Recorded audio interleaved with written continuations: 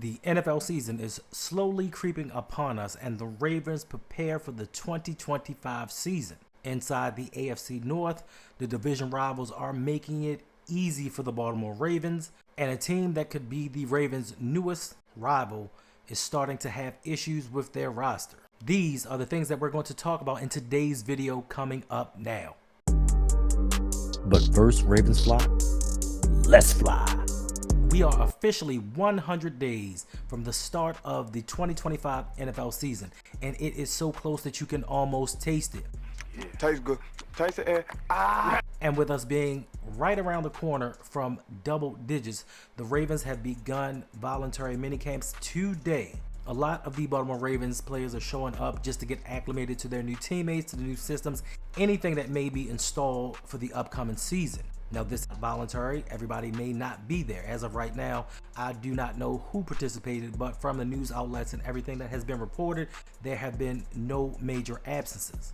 And now we are entering the season where the team comes together periodically, sporadically, and they are going to build the foundation for what is going to become the 2025 season. So all of the Ravens rookies get to come in and practice and diagnose plays beside the veterans instead of having just a bunch of rookies in like they had during the rookie minicamp.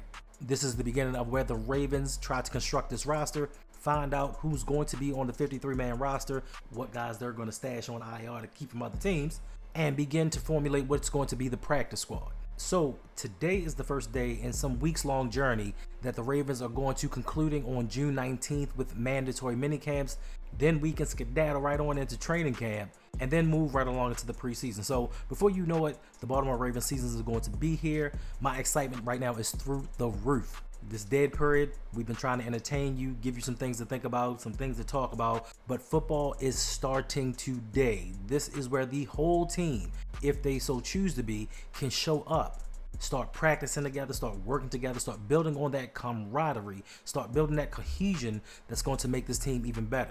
Building a family-like atmosphere that is going to get the Ravens to the Super Bowl, because talent alone does not win you championships. It is all the little nuanced things that you put together during the season that help propel you to a title, that helps propel you and get you through tough times. When people lack confidence, when people get injured, when things aren't going your way, it is your brother right next to you that you know you can depend on, that you've been working with all summer long to help build you back up and get this team where it needs to be. So I'm extremely excited for what the Ravens have in front of them. And normally, while the Ravens voluntary camps aren't really too much of a big deal, sometimes Lamar is here, sometimes Lamar isn't, certain guys show up. More times than not, the star players of the Ravens show up eventually and get things moving.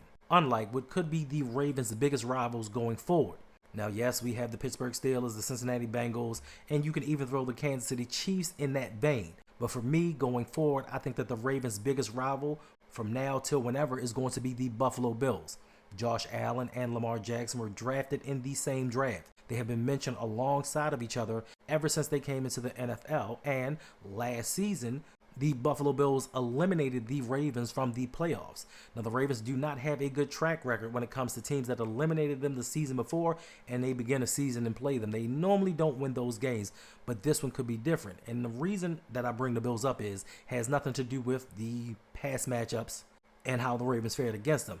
Why I talk about the Bills is there's a little bit of trouble up in Orchard Park. They are having an issue that seemed to have started last season when it comes to running back James Cook. Now, James Cook came out of nowhere. He was not a first-round pick.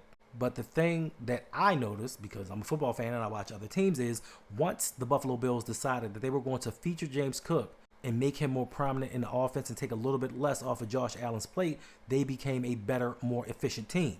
And I think that James Cook realizes that too.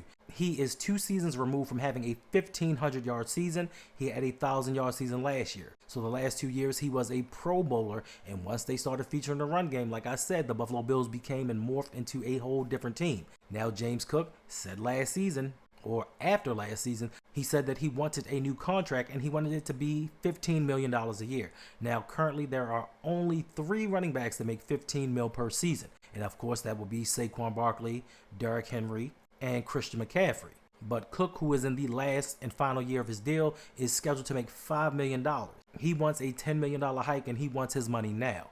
He is the only Buffalo Bills player not to show up for voluntary camp. Is this going to go on throughout the rest of the offseason? Is it going to carry over into the regular season? And I know that he felt some kind of way because he asked for that money, being that his play showed his value was higher than his draft status, but they decided, hey, we're going to give Josh Allen this record extension and not offer James Cook anything.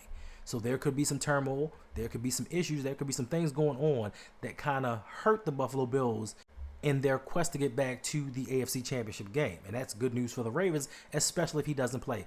And I do understand that the Ravens were the number one run defense in the NFL. But if you can take out a game changer, if you can take out a superstar off of that team and make them one-dimensional, or at least more one-dimensional, that bodes well for the Ravens. And if it lingers on throughout the season, that's one less team that we have to worry about. And that is not to say that we are worried about the Buffalo Bills. I'm really not, but I do think that they match up very well. They beat us last year. We beat them last year. Touché. But they won when it mattered the most. And one thing that could help the Ravens going into the 2025 season is playoff seeding.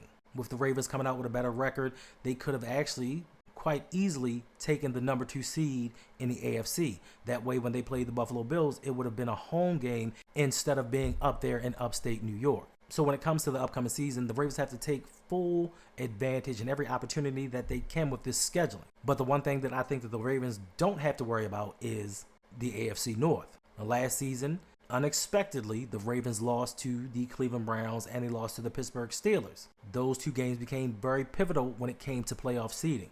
But this year, in the AFC North, outside of Baltimore, this division has become a farce. The things that these teams are doing is practically handing the Ravens a division title. If the Ravens can go 6-0 in the division, it will make things a lot easier for them going forward. Now, when it comes to the Pittsburgh Steelers, I don't know what the hell they're doing.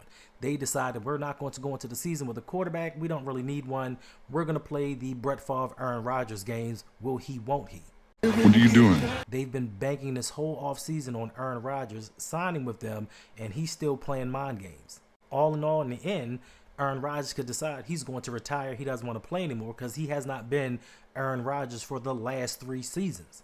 But I do know that the Steelers have a possible contingency plan when it comes to Aaron Rodgers. If he decides to retire or go somewhere else, they're possibly going to look into a trade in getting Atlanta Falcons quarterback Kirk Cousins. You ain't got to lie, Craig. You ain't got to lie. Talking about going from bad to worse. You take a quarterback that was on a team that had Bijan Robinson, Drake London, and Kyle Pitts, and he could not keep his starting job, and you bring him somewhere where he has DK Metcalf, and that's pretty much it. Pat Freiermuth is cool, but the rest of what Pittsburgh has is not comparable to what the Atlanta Falcons had. So that's one division rival we don't have to worry about. Then we move on to the Cleveland Browns, who are the Cleveland Browns and just make mind-numbing mistakes, just idiotic signings. Just some of the things that they do are really unbelievable.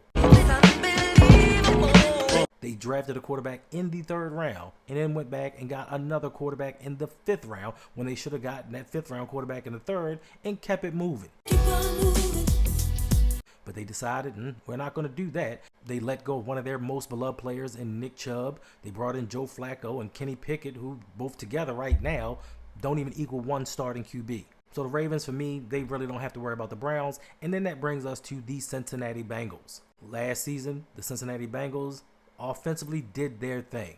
They had some very competitive games. They scored 30 points, I think 6 times in a row and lost maybe 4 or 5 of them because their defense couldn't stop anybody. And this is with the NFL sack leader in Trey Hendrickson, who led the league with 17.5 sacks. Even with him, this defense was downright horrid.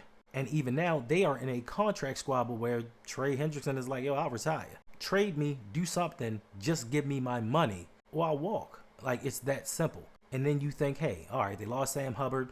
They don't have a lot going on defensively. They were the worst or one of the worst defenses in the NFL. And their 1st round pick is not signed his contract yet. He's like, I'm not going to practice. I'm not going to touch grass until you get the language correct in my contract. Fuck you, pay me. Give me what you owe me. It has been the same for players in the past, but for some reason, when it comes to Mike Brown being the cheapest owner in the NFL, even though he gave T. Higgins, Jamar Chase, and Joe Burrow massive deals.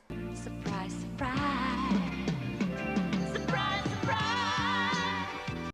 That is fine for the offense, but when it comes to the defense, they haven't done anything to improve that unit that stopped them from going to the playoffs. And quite frankly, if they had a better defense, they may have challenged the big three. Motherfuck the big three. Nigga, it's just big me. Boom!